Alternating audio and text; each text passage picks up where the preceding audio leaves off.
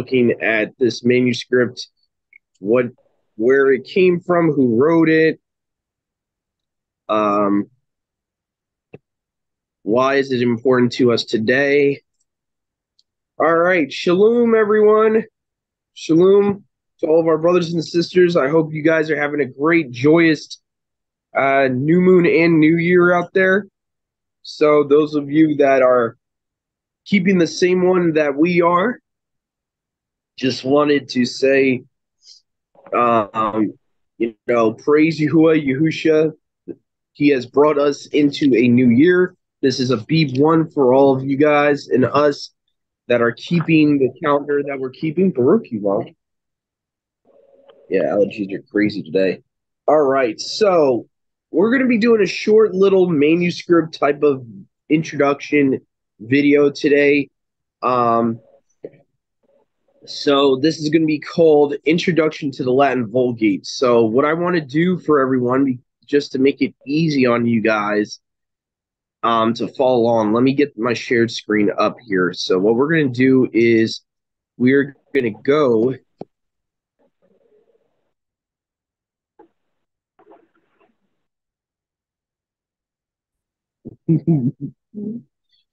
let me see here. Let me try to see here. Britannica.com.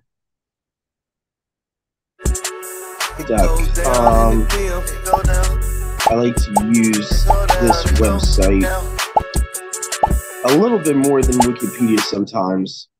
So let's just type in Latin Vulgate. And I do have a little blueprint Google Doc that you guys can follow and give out to people. So here we go, the Latin Vulgate. So what is the Latin Vulgate? From the Latin editio Vulgata, common version, the Latin Bible used by, let me just see here. I hear a little bit of background noise. Hold on a second. Try that. Huh. Okay. Looks like there was other people in the waiting room, but I guess not. Okay. Let me just see here. So Latin Bible used by the Roman Catholic Church, primarily translated by Saint Jerome in 382. Now, this article might not say it, but if you research deep into the internet and stuff like that, you will find out that this was the Bible that basically Jerome took. The Septuagint, he also took a much older Hebrew text than the Masoretic. And what happened was he started with the Septuagint, and then later on, supposedly, um, it was said that he lost faith in the LXX of his day. Now, looking more into it, it seems like he was influenced by some rabbis to come to that conclusion. Either way, that's really the crux of what the textual basis, you can say, of the Vulgate was. So as you can see here, it says Jerome in 382, Pope Damascus commissioned Jerome, the leading biblical scholar of his day, to produce an accepted Latin version of the Bible from various translations then being used. His revised Latin translation of the Good News accounts appeared about 383 AD. Using the Septuagint Greek version of the Old Testament,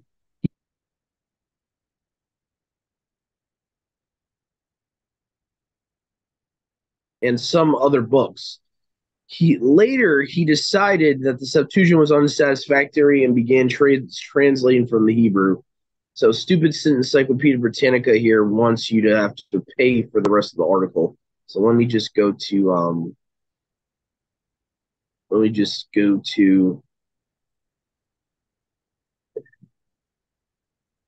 in Wikipedia here. Unfortunately, this is going to be the only source I'm going to be able to use. So Let me just drop down in this article here to the part where it was getting cut off. Okay, there's 13th century. Da, da, da, da, da, da.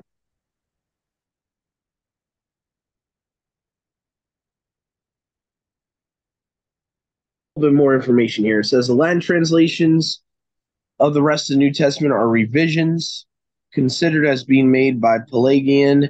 Yada yada yada. Okay. Um, the Old Testament that became included in the Vulgate. These are some books that were unrevised, mainly of the Apocrypha. First and Second Maccabees, Wisdom, Book of Wisdom, Ecclesiasticus, also known as the Book of Sirach, Baruch, and the Letter of Jeremiah. Having separately translated the Book of Psalms from the Greek Septuagint, Jerome translated all the books of the Yahudi scriptures. The Hebrew Book of Psalms included from the Hebrew himself. He also translated books of Tobit, Judith from Aramaic versions, the additions to the Book of Esther from the Common Septuagint, and the additions to the Book of Daniel from the Greek of Theodotion. Interesting. Theodotion's another one that basically was a translator of that time, and what happened was that there were certain books in the Septuagint that really had a lot of fragments in it. So Theodotion tried his best to fix issues that came about through certain books like Jeremiah and other books that were really, really fragmented in certain chapters. So he's taking the Book of Daniel, the Greek version of the Book of Daniel from Theodotion.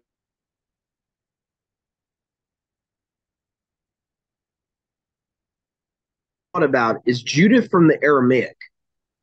So whatever version he had of Judith was not original. Because Judith would have not been originally written in Aramaic, as far as I can tell. So that's kind of interesting to me. That would have been a much later version of Judith, probably similar to the. Okay. Oh, you finally? All right, good. The Vulgate is a composite collection which cannot be identified with only Jerome's work because the Vulgate contains Vetus Latina or Latina, which are independent from Jerome's work. And then it gives you like all these other hyperlinks here that you can go to. It also talks about other books included in the Vulgate, Songs of the Three Children, Prayer of Azariah, it's also known as, the story of Susanna, story of Bell and Dragon, and the list goes on there.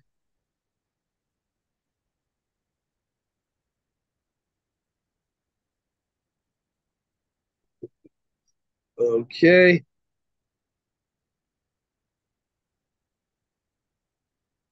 I saw something interesting at the end here. Oh, interesting. Oh, wow. So later Latin versions removed the epistle to the Laodiceans. That's interesting. So that would have been originally in the Catholic Bible. This epistle to the Laodicean assembly. Mm-hmm. That's interesting. The Paris Bibles in the 13th century, it was removed. So that means it was in the Latin Bibles for about a good 9 centuries or 900 years. And then by the 1300s AD, it would have been removed, or 1400s AD, whenever 13th century is. Talks about Prayer of Manasseh included, Fourth Ezra, the Book of Baruch, were first included by Jerome as non-canonical, but separately readmitted into the Vulgate tradition from additions to the Book of Jeremiah. Okay, so translation from the Hebrew by Jerome, the books of the Hebrew Bible, including translation of Psalms. Okay, same stuff here. And then it gives you the history again about Damascus requesting him to do this in 384 AD. Okay, trying to see if there's anything else important. This unknown reviser worked more thoroughly than Jerome had done. Interesting. So the Vulgate since Jerome's death has been revised. That's interesting. Um, consistently using older Greek manuscripts sources of the Alexandrian text type, they had produced a complete revised New Testament. Okay, never mind. I thought I was talking about the Septuagint there. Okay, never mind. So that's just talking about the New Testament portion. Now, this is where the importance comes to the Vulgate. In Jerome's Vulgate, the Hebrew book of Ezra Nehemiah is translated as one single book. Jerome defends this in the prologue, yada, yada, yada. Okay. But the point is that Ezra Nehemiah originally was one scroll, and that's what it's saying there. The Vulgate is usually credited as being the first translation of the Old Testament into Latin directly from Hebrew Tanakh rather than from the Greek Septuagint. Jerome's extensive use of exegetical material written in Greek, as well as his use of equivalent. So it also says that he uses a more, which it's funny that he did not go along with the Septuagint fully, because the style he used in his translation is a similar methodology that the 70 scribes used, which is a thought for thought translation. So it says here, it talks about a paraphrasic style in which he translated makes it difficult to determine exactly how direct the conversion of Hebrew to Latin was. See, this is where people don't understand that you're not diverting from the Hebrew by paraphrasing. You're taking the meaning rather than transliterating. That's the only difference. So rather than doing a word for word transliteration, you're giving the meaning of the word. That's the difference. That's what a paraphrase is.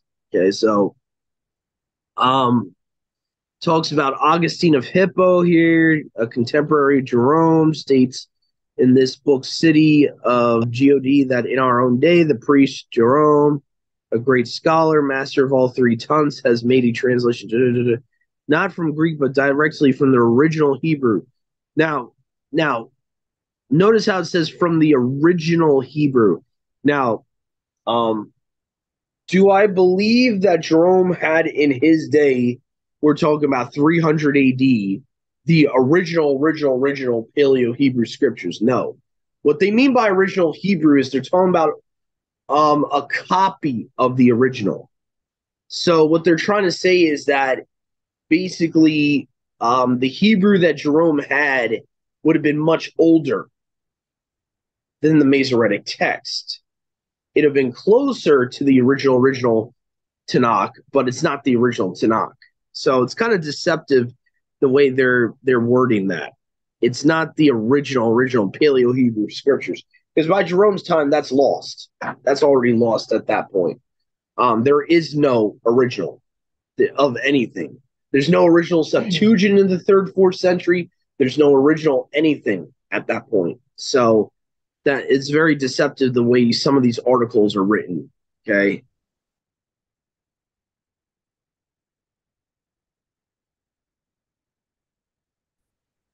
A copy of the original Hebrew. That's the way they should have phrased it. To be more honest and transparent.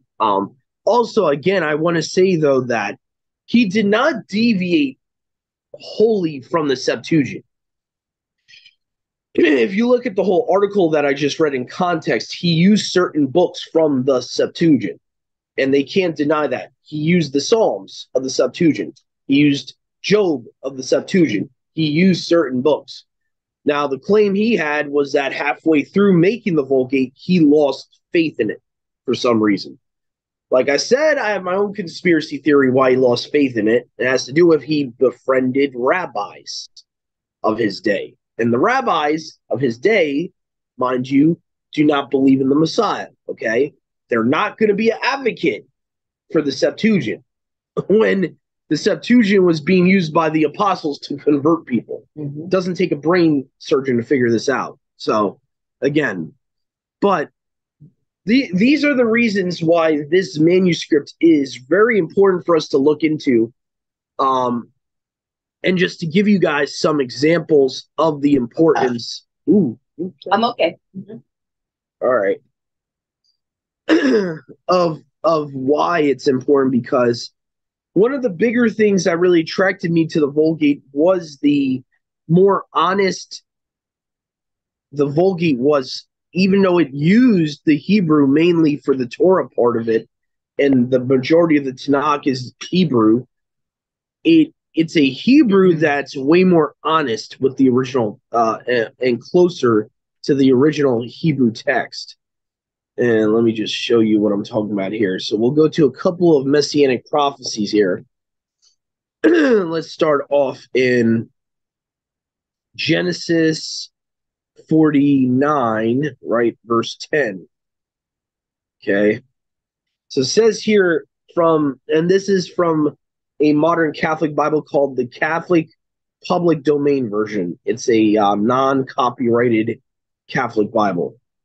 The scepter from Judah and the leader from his thigh will not be taken away until he who will be sent arrives, and he is the expectation of the Gentiles. Now, if you have a Septuagint, let's see how close this is to what the Septuagint says. He is the expectation of the nations. Almost word for word the same. So mind you, even though they didn't use the Septuagint in this verse, they used a Hebrew copy that was almost identical with the Septuagint. So people will say, well, Doug, why would you use this? Jerome didn't even believe, in the infallibility of the Septuagint.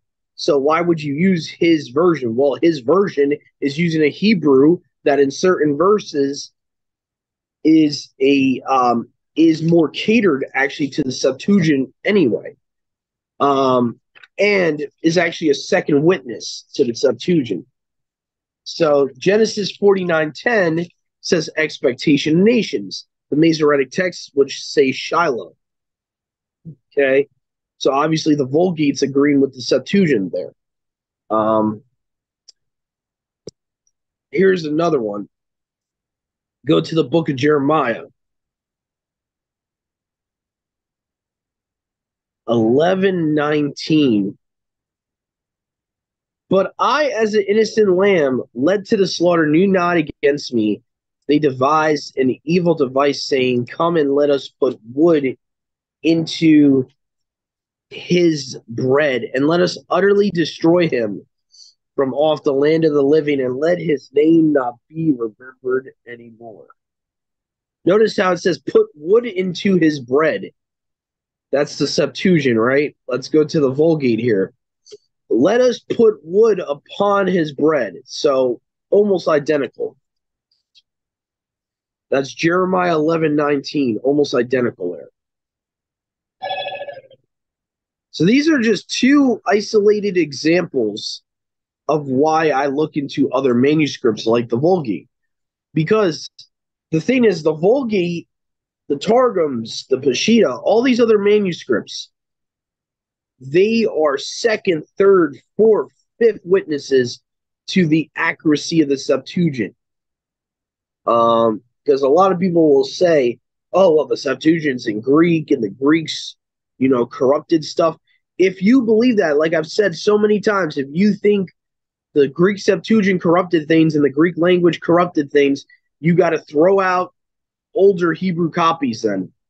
Because the older Hebrew copies in certain verses agree and are almost identical word for word with the Septuagint. And the Vulgate's one of those examples. The Vulgate was translated from a much earlier Hebrew copy of the original Paleo-Hebrew. So that means you got to throw out any like ancient Hebrew witnesses, including the Dead Sea Scrolls. Because, by the way, the Dead Sea Scrolls Bible, the actual canon, I'm not talking about Apocrypha, I'm talking about canon of the Dead Sea Scrolls, agrees with the Septuagint in certain verses. So again, so those that want to tell us, oh, well, it's Hellenized, the Septuagint's Hellenized, then you got to accuse the Dead Sea Scrolls of being Hellenized in certain verses. Then you have to accuse the Latin Vulgate, which translated from a Hebrew. The majority of it is Hebrew, not Greek, the source for the Vulgate. You would have to accuse them of being Hellenistic. So again, this is where it becomes very important when you're looking at these manuscripts. So again, that is the crux of the story of the Vulgate. It was made by Jerome in 382 to 400 AD. The reason it's important, again, is that he did use the Septuagint for certain books, and he also used a Hebrew text that is a lot closer to the original Hebrew text that we don't have today. Um, Even though it's not the original, and most people that have researched into this believe the Hebrew text he used was a little bit younger than the original Septuagint from 300 BC. So those that have researched more into this than I have believe that he would have used the Hebrew text possibly from 100 BC or later, or maybe even into the 100 AD time period. So again, I think this is important for a lot of reasons. It's very important because ultimately the Vulgate is a source that we can use to show that there is something that's been going on from even Jerome's time period till the Masoretic text time period, which by the way is still like a good 700-800 years about, or even more. Um, Something happened because now you have these verses that are not just varied between the Masoretic text and the LXX, it's also varied when you compare it to a Catholic Bible. When you compare the Masoretic text to a Catholic Bible, it varies in readings. So then you got to figure out, okay, well, Jerome used a Hebrew that's varying from the Masoretic text. Shouldn't the Masoretic text agree? That's why this matters. So this, if anything else, shows the validity of the Septuagint, regardless of Jerome's opinion. That's besides the fact. He could have his own opinion. That's fine. There's an old saying. Just like a butt, everyone has one. Okay, so that's besides the point. The point is the Latin Vulgate does agree with the Septuagint in various verses. Various verses. And I think this is a good way for a little cheap plug here for our series we've been doing. Want to show you guys and share with you guys here. This is the name of the series we've been doing. It's called Areas That the Vulgate, Peshitta, Samaritan Torah, and the Targums agree with the Septuagint. So the name of the playlist, though, I wanted to make it a little bit easier. Let's see here. Just trying to see where I put it. Might need to go into my creator studio here. Okay.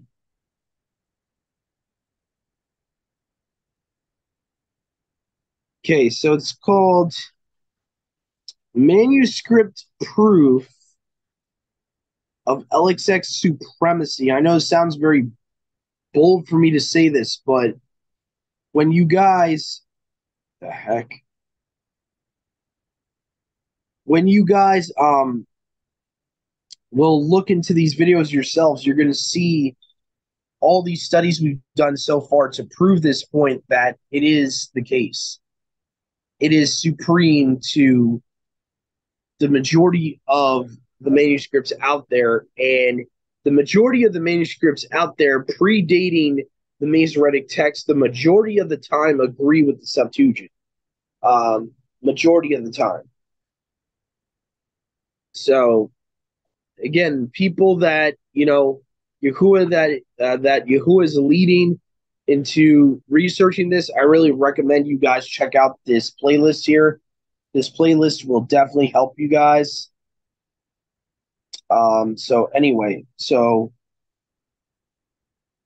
that's about all I wanted to say there. And again, so if you guys want to know more about the Vulgate, I'll leave links for you guys to research yourselves. But again, I just gave you guys 2 verses as a sample size of the areas that it agrees with the Septuagint. There's many other instances where the Septuagint is more thought for thought, that the Vulgate, even with using a Hebrew text, chooses to be a thought for thought over a transliteration. So that's another thing a lot of people don't realize, is that whole transliteration stuff that the Masoretic text does. It's very possible that was a new method of translating for them, because as far as you look at the Vulgate and the Septuagint, a lot of the times, I'm not saying the whole time, because there are times when the Septuagint will transliterate and not give you a definition type of translation. But the majority of the time, the LXX does a paraphrase thought for thought translation. And so does the Vulgate. So it seems like that was more of an ancient way of the scribes translating from language to language, rather than giving you a transliteration that, this is just my assumption here, that rather than giving you a transliteration that might lose some of the meaning,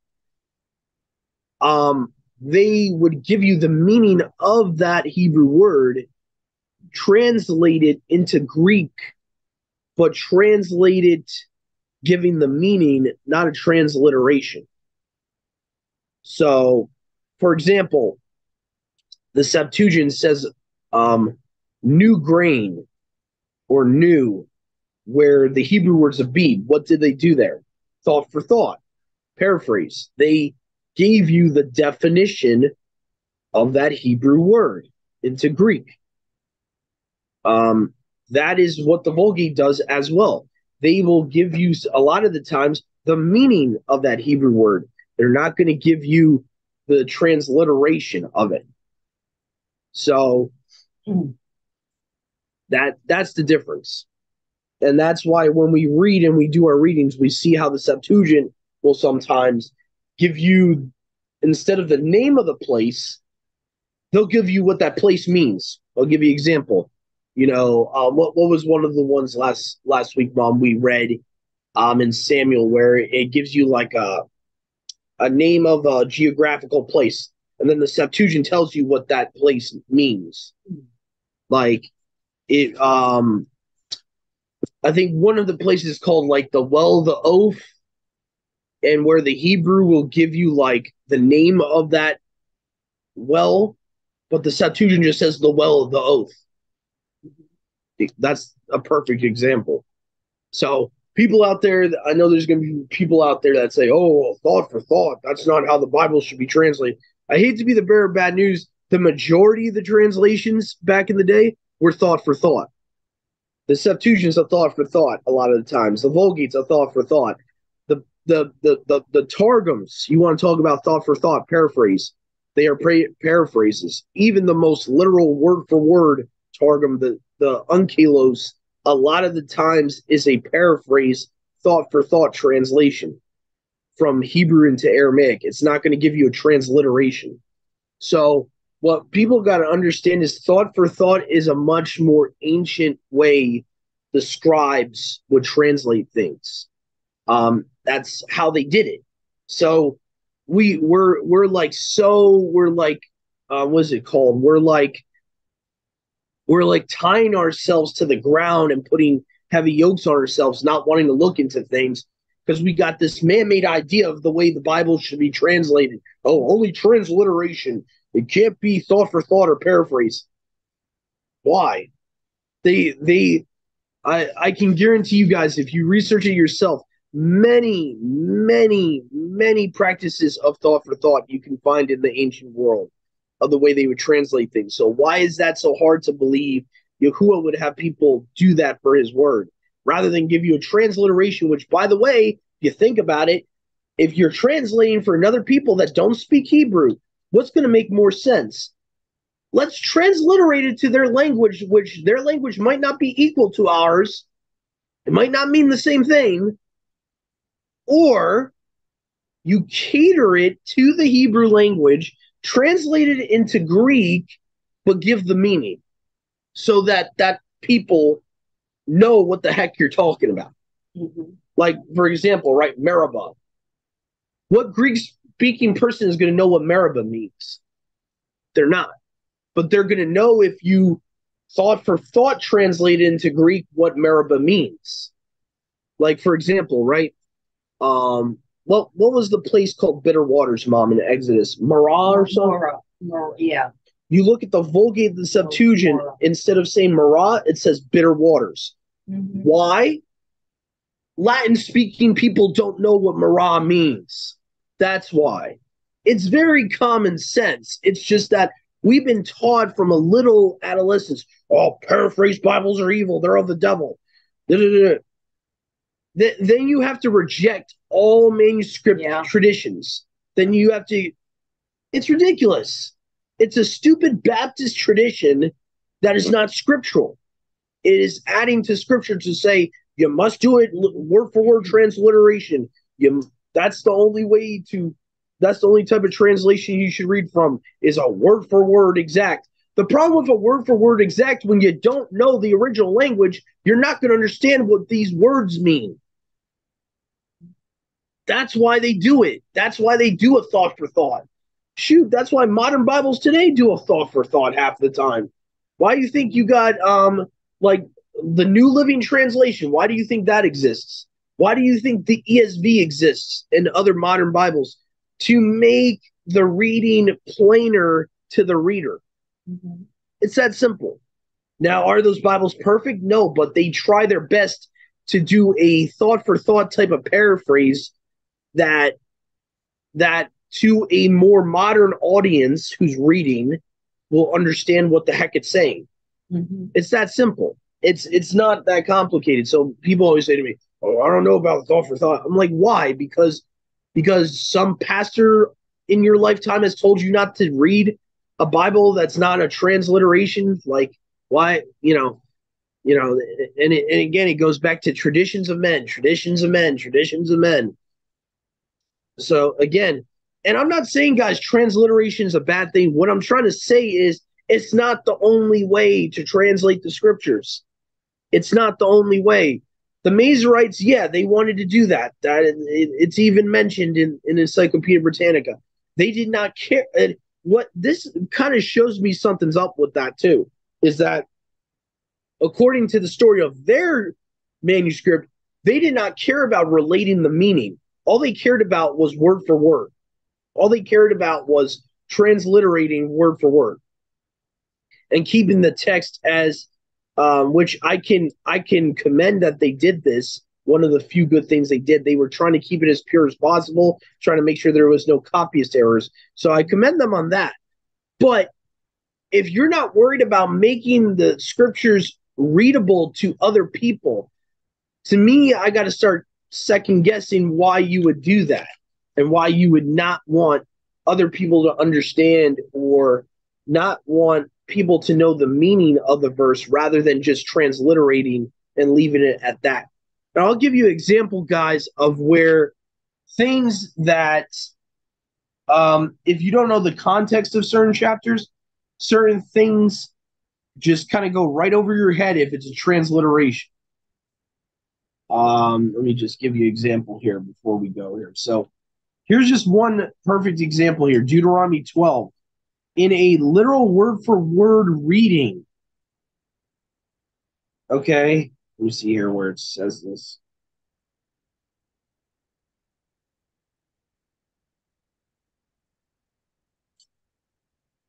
Okay, hold on a second. I think it's Deuteronomy 12. Deuteronomy 12:4. Now, this is a perfect example where word for word can get you into trouble unless you know the context of a chapter. But you shall not do the same to Yahuwah your Elohim. Okay, so that verse of itself, what is it saying? It's not really telling us, right? That verse of itself is not saying anything. For you to get the context of it, because it's a transliteration, not a paraphrase, you have to go through the whole chapter to get the understanding of it. Now I'm going to show you guys what a paraphrase does, how a paraphrase will help you. I got an ESV right here in front of me. Show you something really quick that's really good about an ESV. Okay, so it says here, same verse, mind you. You shall not worship Yahuwah your Elohim in that way. So what does the ESV do as a thought for thought Bible? It takes do not do so, paraphrases it as do not worship Yahuwah the way the other peoples worship their gods. Now, out of the two versions of that verse, which more is going to give a new reader a better understanding of what it's talking about? The ESV. Why? Because it's paraphrasing it. So those people out there that are just going to, cast what we're saying aside because, oh, it's a paraphrase. Just realize, too, there's certain verses in the Hebrew Bible that are idiomatic to our understanding because we are Western culture people, and you might need a translation to paraphrase it a little bit to understand it. So realize that too, that we do not come from a Hebraic culture. We do not know Hebrew idioms. We do not understand things like that. So that's where a paraphrased Bible like this English Standard Version that I have in my hand here, where it comes in handy, where an NLT comes in handy. Okay, and really that's what the Septuagint is. I'm not saying every single time, I'm not saying 100% of it is thought for thought, but a lot of the times it is. A lot of the times it is, and so is the Vulgate, by the way. So when you see Marah in the Hebrew, the Vulgate would say bitter waters. The Septuagint would say bitter waters. Now, are they disagreeing? No, they're giving you the meaning of that word. So again, I'm sorry I got a little bit animated, but I just wanted to make a point because I know so many people in my past, when trying to share this with them, would regurgitate something they heard in church or whatever, like, oh, it has to be a word for word. If it's not word for word, you're adding to or taking away from scripture. No, you're not. If you're giving the meaning of the word, no, you're not. If it's an accurate meaning, you're not adding and taking away from that word, it is an accurate translation. So this is where we have to be careful and fully understand what adding away and taking away means. Okay, when Yahuwah said, do not add or take away, number one, that commandment was talking about his law. Okay, it's talking about adding to or taking away commands from his law, number one. Number two, it was talking about physically from the original Torah. It's not talking about paraphrasing, guys. I mean, that's ridiculous. So let's take everything in context. What that command is actually talking about. It's talking about, let's say,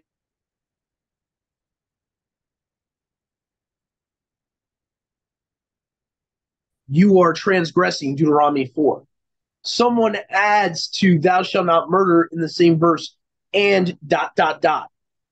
Then you are adding to his Torah. Then you are adding to his word. Other than that, a paraphrase does not do that. It does not take away. It does not add. A paraphrase gives you the meaning of a word.